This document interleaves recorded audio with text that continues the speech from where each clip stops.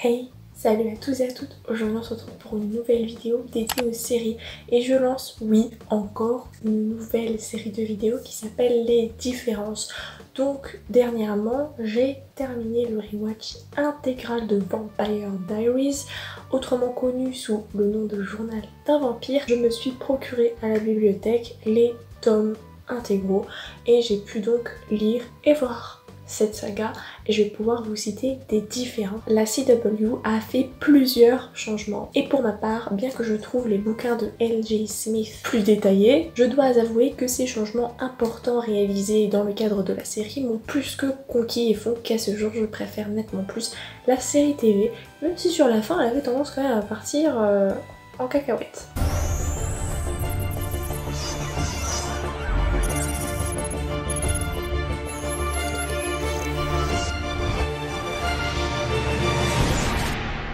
Un peu d'histoire pour commencer. Les romans de L.J. Smith, Journal d'un vampire, ont été publiés pour la première fois en 1991, avant d'être réédités en 2009 et de connaître un succès mondial sous le nom de Journal d'un vampire. C'est la même année que la chaîne américaine CW décide de diffuser la série vampirique qui a rendu depuis lors les jeunes complètement mordus. Évidemment, moi je voyais de temps en temps sur NT1 je crois, ou C8, je sais plus, la série passée, je regardais de temps en temps, je trouvais vite fait des mônes sympathiques et tout, mais j'ai jamais vraiment regardé car comme vous le savez, j'ai commencé les séries en 2015. En 2015 donc je me lance et je vois 4 saisons, mais très vite je suis rattrapée par les watchings de séries et d'animés et je stoppe Vampire Diaries alors que je suis extrêmement fan. Je me suis dit ouais mais attends, dans Harry Potter, dans Hunger Games, dans The 100, surtout les 100. Les 100, il y a vraiment trop de différences par rapport au bouquin. Je pourrais gérer en fait les différences qu'il y avait dans les livres. Et quand j'ai lu en fait, non, je suis carrément sortie névrosée de ma lecture. Donc si tu prends le livre d'un côté, alors oui il est très bien. Si tu prends la série de l'autre, elle est très bien, elle est même excellente. Mais de là à te référencer une fois que t'as vu la série, voir les livres, et une fois que t'as vu les livres, voir la série, en fait autant prendre ça comme deux œuvres différentes. Et je vais vous expliquer pourquoi. Tout d'abord le nom de la ville. Ah, Mystic Falls par-ci, Mystic Falls par-là. Je me suis toujours dit que dans la série, la ville portait extrêmement bien son nom. Bah en même temps, il s'y passe vraiment plein de choses étranges. Alors effectivement, ça n'affecte en rien l'intrigue, mais dans le bouquin, c'est pas Mystic Falls, mais c'est Fell Church. L'église, la sonnette, la cloche, des Fell. Les Fell, une famille fondatrice. D'ailleurs à un moment donné, je crois qu'il y a une des descendantes Fell qui va sortir avec elle. Et au vu de tout ce qui se passe dans la série, en vrai, les Fell n'ont pas vraiment apporté d'épaisseur à l'intrigue, hormis peut-être 2 fois. Et honnêtement, Mystic Falls, ça se fiait beaucoup plus à la ville que Fell Church. Mais d'après la CW, à l'origine, s'ils ont choisi de changer le nom de la ville, c'était pour des raisons juridiques. Donc peut-être qu'il y a une ville qui s'appelle comme ça, qui existe vraiment. Il y a eu des changements de personnalité à ne pas comprendre les amis. Bon, j'avoue que c'est un peu pointilleux, qu'on pourrait avoir l'impression que l'œuvre littéraire a été amputée, que la série a fait un grand n'importe un whack. Mais il faut savoir que ce n'est pas que la ville qui a changé d'identité, mais aussi certains personnages. Par exemple, la tante d'Elena Gilbert, qui dans la série s'appelle Jenna, s'appelle dans le bouquin Judith Gilbert, et non Jenna Summers, comme dans la série. Dans la série, le personnage de Tyler Lockwood, le fameux loup qui va finir par sortir à un moment donné avec Caroline, ne s'appelle pas Tyler Lockwood dans le livre, mais Tyler Smallwood. Là pareil, question de préférence, mais Smallwood, petit bois, je préfère Lockwood, c'est un côté un petit peu stylé, tu vois, genre, il y a un petit flow je trouve quand même, comme bien au personnage. Après peut-être que comme je regarde cette série depuis que j'ai 15 ans, peut-être que j'y suis habituée en fait. En parlant de Tyler, dans le livre, Tyler ne meurt pas, alors que dans la série, il est tué par Damon par un accès de rage. Dans les bouquins, non, il est juste porté disparu. Et d'ailleurs, je sais pas si vous êtes au courant, mais il n'y a pas que la série Vampire Diaries, mais il y a aussi la série Originals et la série Legacies, dont je parlerai bientôt lorsque Legacies sera définitivement terminé. Ensuite, parlons des parents supposés d'Elena, à savoir Thomas et Elizabeth Gilbert. Eux aussi ont subi un certain changement, puisque si ce nom-là ne te dit rien, c'est parce que ce sont les parents supposés d'Elena dans le livre, alors que dans la série, c'est Miranda et Grayson Gilbert, ce qui est quand même un peu plus stylé. Enfin moi je trouvais que ça faisait un peu plus Amerloc. Après c'est mon avis, enfin je pense que vous avez compris que j'étais ultra fan de la série en fait. Vous voyez dans la série le petit Matt Donovan, le fameux gentil sympathique serveur du bar, ami de Caroline et d'Elena depuis toujours. Et ben il s'appelle pas Matt Donovan dans le bouquin, il s'appelle Matt Honeycutt. S'il vous plaît, réfléchissez mieux à vos noms quand vous créez des histoires. 7e point, oui, ça va vous choquer, dans la série Vicky est la sœur de Matt. Ça c'est pas choquant vu que tout le monde a vu la série. Mais par contre dans les livres, et bien malheureusement dans les livres, ils n'ont absolument aucun lien de parenté. Oui, ce sont des inconnus. Et pour cause, Vicky Donovan de la série ne s'appelle pas Vicky Donovan mais Vicky Bennett. Oui, ne t'évanouis pas, Bennett c'est pas Bonnie, censée être la fameuse sorcière meilleure amie d'Elena. Et encore tu vas voir, cette vidéo te réserve des surprises. Dans la série, on voit que Matt Donovan et Tyler Lockwood sont ultra méga proches, comme les deux doigts de la main. Enfin non, on en a 5, mais bref, ce sont des frères littéralement. Même qu'à un moment donné, Tyler lègue sa maison familiale à Matt quand il part. Et on se dit, bah franchement, il lui fait confiance, il lui lègue une telle part de son héritage en fait, c'est inestimable. Même si évidemment, un moment dans les toutes premières saisons, il y avait quand même un petit peu le feu entre les deux. Quand ton meilleur pote se tape ta mère, tu les gères pas trop bien quand même. Et ben dans le livre, comme je viens de vous le dire, ils ne sont rien l'un pour l'autre et même ils ne s'aiment pas du tout du tout. Vous vous rappelez Jenna dans la série, la tante d'Elena, que je vous avais dit qu'elle s'appelait Judith dans le livre? Et ben Judith dans le livre du coup a un petit ami qui s'appelle Robert Maxwell. Et même c'est même pas que son petit ami, c'est littéralement son fiancé. Alors que du coup dans la série, Judith qui en fait est Jenna dans la série, et ben ne connaît pas du tout de Robert, et même célibataire avant de rencontrer Alaric mon bébé. En parlant de l'homme de ma vie, alias Alaric Salzman, Alaric sort avec Jenna de la série aka Judith des livres, même si dans les livres pas du tout, hein, vu que comme je viens de vous le dire tout à l'heure, elle allait se marier avec un autre. Dans les romans par contre, ne t'inquiète pas, Alaric existe bel et bien, mais il sort avec une nana qui s'appelle Meredith. Et attention, vous n'allez pas deviner de qui il s'agit. Allez, je vous le donne en mille, je vais pas vous torturer. Dans les livres, Alaric sort avec Meredith, la meilleure amie d'Elena. Nani? C'est qui celle-là? Bah la meilleure amie d'Elena. Non mais attends, j'ai vu la série, j'ai vu toutes les saisons, wesh, à aucun moment t'as une Meredith. Et bah oui, nouveau personnage qu'on a dans les bouquins qui s'appelle Meredith. Vous pouvez penser peut-être que c'est un détournement de mineur, puisque comme vous le savez dans les bouquins, elles sont au lycée alors que Alaric est quand même assez âgé. Mais non, ce n'est pas un détournement de mineur. On comprend même leur attirance lorsque l'on sait que dans les livres, Meredith Sulez, la meilleure amie de Elena Gilbert, la deuxième meilleure amie d'Elena Gilbert, est en réalité une chasseuse de vampires très forte. Ah, qui se ressemblent, hein. En parlant de meilleure amie, comme vous le savez dans la série, c'est Bonnie et Caroline les meilleures amies d'Elena. Donc là, non seulement nous apprenons que dans les livres, il s'agit de Meredith, sa meilleure amie, sa deuxième meilleure amie. Donc qui est la première meilleure amie? Peut-être Caroline? Que nenni! Caroline est même sa pire ennemie dans les livres. Pour moi c'est impensable, parce que même si dans la série au départ on voit qu'elles sont un petit peu jalouses l'une de l'autre, très vite avec les événements qu'elles vont vivre, forniquer avec des vampires et des loups-garous, ça rapproche des nanas quand même, hein. Vous vous en doutez bien, sa première meilleure amie dans le livre c'est Bonnie, donc dans les livres elle est amie avec Bonnie et Meredith. Elena dans le livre est la reine du lycée, et d'ailleurs vous le comprendrez tout à l'heure quand je vais développer le personnage d'Elena, alors que dans la série c'est en vérité Caroline, la belle blonde sulfureuse, qui est en vérité la reine du lycée. Franchement je ne donne aucun point ni à la série ni au livre, chacun a raison, parce que quand on regarde la Elena du livre c'est clairement tout à fait logique, alors que quand on regarde la Elena de la série, non, c'est mieux que ce soit Caroline qui ait gagné. C'est pas qu'Elena est pas belle, au contraire, je trouve que c'est une des plus belles femmes que j'ai jamais vues sur Terre, je la trouve trop belle, mais par rapport aux personnalités, je trouvais que Caroline, ça lui sied beaucoup mieux. En bonus, si la belle blonde Caroline était folle amoureuse de Tyler dans la série, on va un peu plus loin dans les livres, puisqu'elle aurait été même enceinte de lui. Bon, on a un petit peu laissé Bonnie de côté. Dans la série, les parents de Bonnie sont séparés, alors que dans les livres, ils sont ensemble et vivent vraiment un amour inconditionnel. Trop, c'est jamais assez pour moi. Les parents de Bonnie s'appellent Rudy et Abby dans la série, mais dans les livres ils s'appellent Colin et Alyssa. Alors honnêtement pour la nana, je préfère le nom du bouquin, mais pour l'homme, je préfère nettement plus le nom de la série. Après, ce n'est qu'un choix personnel. Dans la série, Bonnie est une fille unique, en même temps c'est drôlement pratique avec tous les trucs qu'elle s'attire, alors que dans les livres elle a quand même 4 sœurs. Que ce soit dans les livres ou dans la série, la vie amoureuse de Bonnie Bennett est ultra méga sulfureuse. J'aurais tendance à dire même encore plus dans les livres. Dans les bouquins, elle n'a jamais eu de relation avec Jérémy, le petit frère d'Elena, Et vous verrez d'ailleurs pourquoi, hein, je vais vous l'expliciter dans un autre point plus tard. À la fin de la série, on voit Bonnie qui sort avec Enzo, alors que dans les livres, elle va se marier avec un loup-garou du nom de Zender. Ah, mon point préféré, mon bébé Alaric Saltzman, oui, parce que tout le monde est en mode sur internet, non mais t'aimes Stephen ou t'aimes Damon? Alors honnêtement, Damon, mais il faut savoir que Damon c'est mon deuxième husbando, hein. Mon mari de tous les temps, c'est Alaric Saltzman.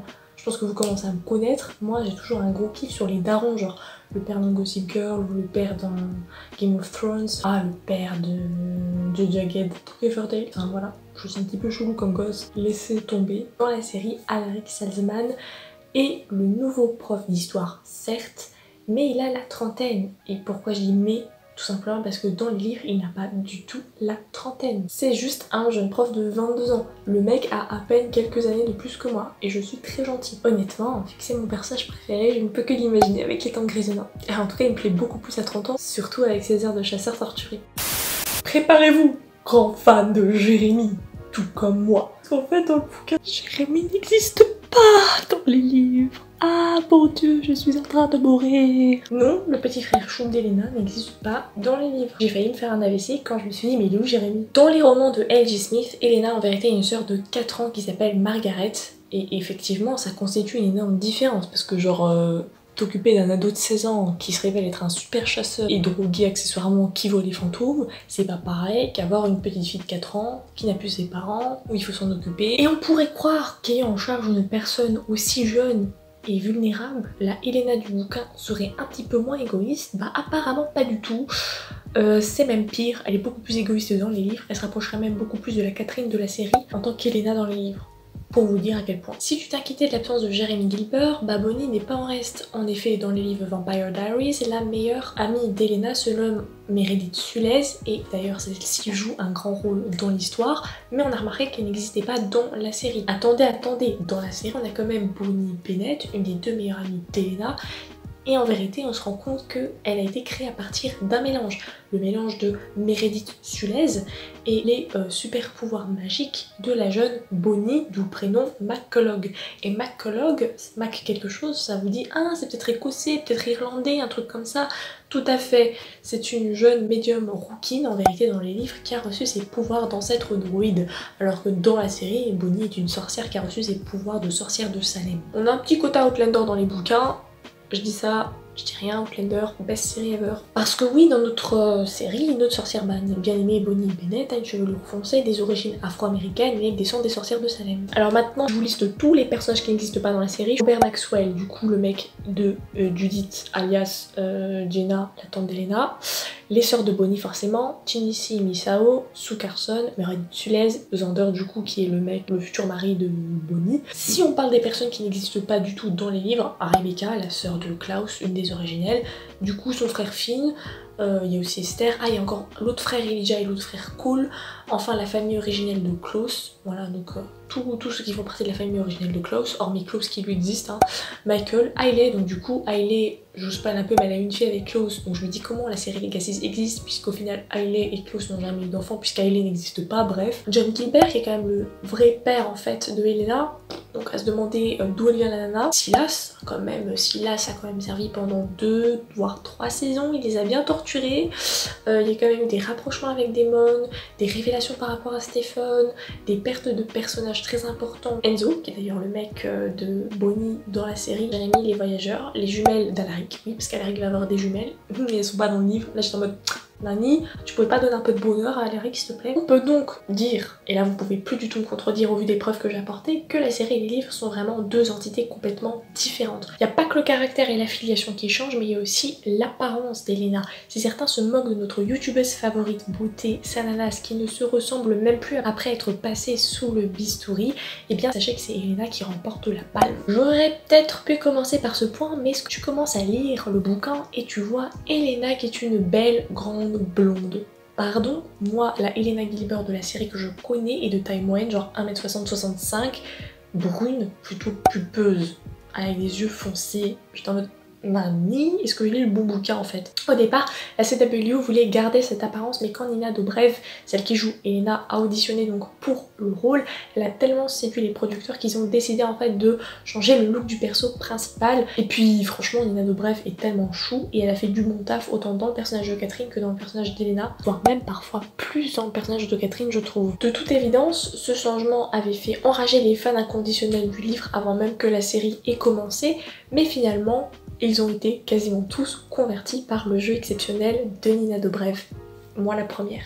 Quand je vous parlais de l'Elena des bouquins qui est beaucoup plus égoïste, effectivement, elle a une personnalité qui va vous sembler terriblement familière. Elle a beaucoup plus de points communs avec son sosie Catherine de la série, qui est quand même une nana assez sulfureuse, dragueuse, très égoïste et qui fait parfois des choses très pas cool. Les gens qui pensent qu'Elena dans la série est égocentrique et parfois rigide devraient penser que c'est une bénédiction parce que l'alternative est apparemment beaucoup moins sympathique. En fait, dans la série, la CW a décidé de changer en fait les personnalités d'Elena et de Catherine, car dans le livre, Catherine est en fait un peu plus un chaton et Elena un peu plus un tigre, et on voit clairement que c'est l'inverse dans la série. On sait particulièrement que c'est tout le contraire. Catherine is the best bitch of all. The myth, the legend, the baddest bitch of all. Catherine. I'm a bitch, I'm a boss, I'm a bitch and a boss, I'm a shine like glass, I'm a bitch, I'm a boss, I'm a bitch and a boss, I'm a shine like glass. Et roulement de tambour, Elena et Catherine sont demi-sœurs dans les livres, tandis que dans la série, elles sont juste des jumelles Petrova. En gros, la première descend de la seconde. Ce sont des doubles Petrova. De plus, dans les livres, Catherine est transformée par Klaus, alors que dans la série, elle semble être transformée par Rose. Encore une fois, le background d'Elena est revu de fond en comble. Elena n'a pas été adoptée comme on le dit dans la série. Au final, elle est vraiment l'enfant de ses supposés parents. Dans les livres, elle est vraiment une pure Gilbert, et sa sœur est bien sa sœur et non pas sa cousine. Bon, ça enlève un petit peu de charme quand même quand on sait qu'on a eu des scènes très émouvantes avec le paternel de notre jolie Bulgare dans la série, et tout le background de la relation de sa mère avec Damon, avec Alaric, comment elle est devenue ce qu'elle est devenue, etc., sa mort et tout. C'est pour ça d'ailleurs que je préférais quand même un peu plus la série, parce qu'on a vraiment des enjeux et plein de nœuds au cerveau, on n'avait pas le temps de se reposer et de sécher nos larmes. Dans la série, l'entraîneur de l'équipe de Matt et Stephen meurt dans l'épisode 3. Dans le livre, l'entraîneur Tanner est toujours en vie, du moins jusqu'à un certain point. Dans la série, c'est Matt qui découvre le corps de Monsieur Tanner, alors que dans les livres, c'est Bonnie qui le découvre. Ça rappelle un petit peu Murtagh dans Outlander, ça. Dans la série, Vicky meurt tuée par Stephen avec un pieu, puisqu'elle a été transformée par un vampire en vampire. Dans le livre, Vicky meurt tout simplement tuée par Klaus, qui est l'un des plus vieux vampires du monde, parce qu'il avait juste envie de la tuer. Voilà. Ta tête me revient pas, je te bute. Contrairement à la série, Vicky ne devient pas un vampire dans les bouquins. Dans les livres, Elena devient un vampire à cause d'un accident de voiture provoqué par Catherine, alors que dans la série, c'est Rebecca qui provoque l'accident. Mais sachant qu'en fait, la famille des originels de Klaus, tous ses frères et sœurs, donc, dont Rebecca, existe que dans la série, ça me semblait plus légitime dans la série que ce soit Rebecca qui provoque l'accident à ce moment-là que Catherine, alors que dans les livres, vu qu'ils n'existent pas, bah oui, c'est plus logique que ce soit Catherine. Dans la série, Damon et Stephen ont vécu pendant la guerre civile américaine, alors que dans les livres, en vérité, ils ont vécu pendant la Renaissance. Honnêtement, ça ajoute du charme que ce soit la guerre civile américaine dans la série. Ils sont un peu moins vieux qu'ils en ont l'air, mais c'est vrai que je préfère beaucoup plus la Renaissance personnellement, ça colle mieux à leurs origines italiennes. Je ne sais pas si c'est parce que j'ai été abreuvée ces 10 dernières années par les belles boucles de Damon et la poudre à canon, mais je vous avoue qu'historiquement, la Renaissance est quand même beaucoup plus efficace. Ça flatte la pupille. J'imagine mal les frères Salvatore à une autre époque en fait. Quant à leur nom, il n'est pas anodin. Si dans la série Stephen et Damon ont vécu lorsqu'ils étaient humains à Mystic Falls et sont âgés de plus de 162 ans, dans le livre ils sont en vérité originaires d'Italie, ce qui expliquerait le fait d'avoir vécu à la Renaissance, et sont âgés de plus de 500 ans et sont ensuite revenus, se sont ensuite installés à Fellchurch, le Mystic Falls du bouquin. Une des premières choses que nous apprenons sur Stephen dans la série, c'est qu'il se nourrit à partir d'une alimentation d'animaux en refusant par principe de boire du sang humain, sauf pour ses phases d'éventreur. Un Edward Cullen en somme. Dans les livres toutefois, Stephen ne se gêne pas pour faire une fête au sang d'Elena. Et d'ailleurs, ses saignées se déroulent tout en sensualité, dans l'intimité, mais il continue de peindre une image différente des mœurs et éthiques de Stephen.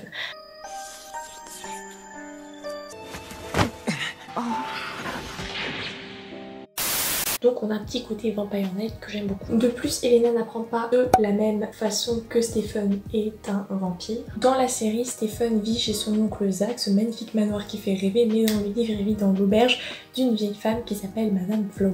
Et pour finir, un dernier point mais pas des moindres, dans la série, les frères Stephen et Damon sont évidemment très opposés niveau caractère, aussi physiquement, puisqu'on a un châtain avec des yeux sombres plutôt fins et grands, avec Damon qui est plutôt de taille moyenne, plutôt brun, plutôt charme italien, avec des beaux yeux bleus. Dans les livres, on apprend que pas du tout. Bien qu'ils aient des différences de caractère, ils se ressemblent beaucoup physiquement. Ils sont grands, bruns, avec des yeux foncés. Yeah, feeling much better. Thank you. Voilà, cette vidéo est terminée. J'espère que tu as aimé ces points différents entre la saga livresque et les saisons. Si j'ai oublié, n'hésite pas à me mettre les points que j'ai oubliés en commentaire, à me donner ton avis sur cette vidéo. Si tu veux que je fasse ce concept-là pour d'autres séries, animées ou même dramas. Sur ce, passe une bonne journée, passe une bonne soirée. Ciao.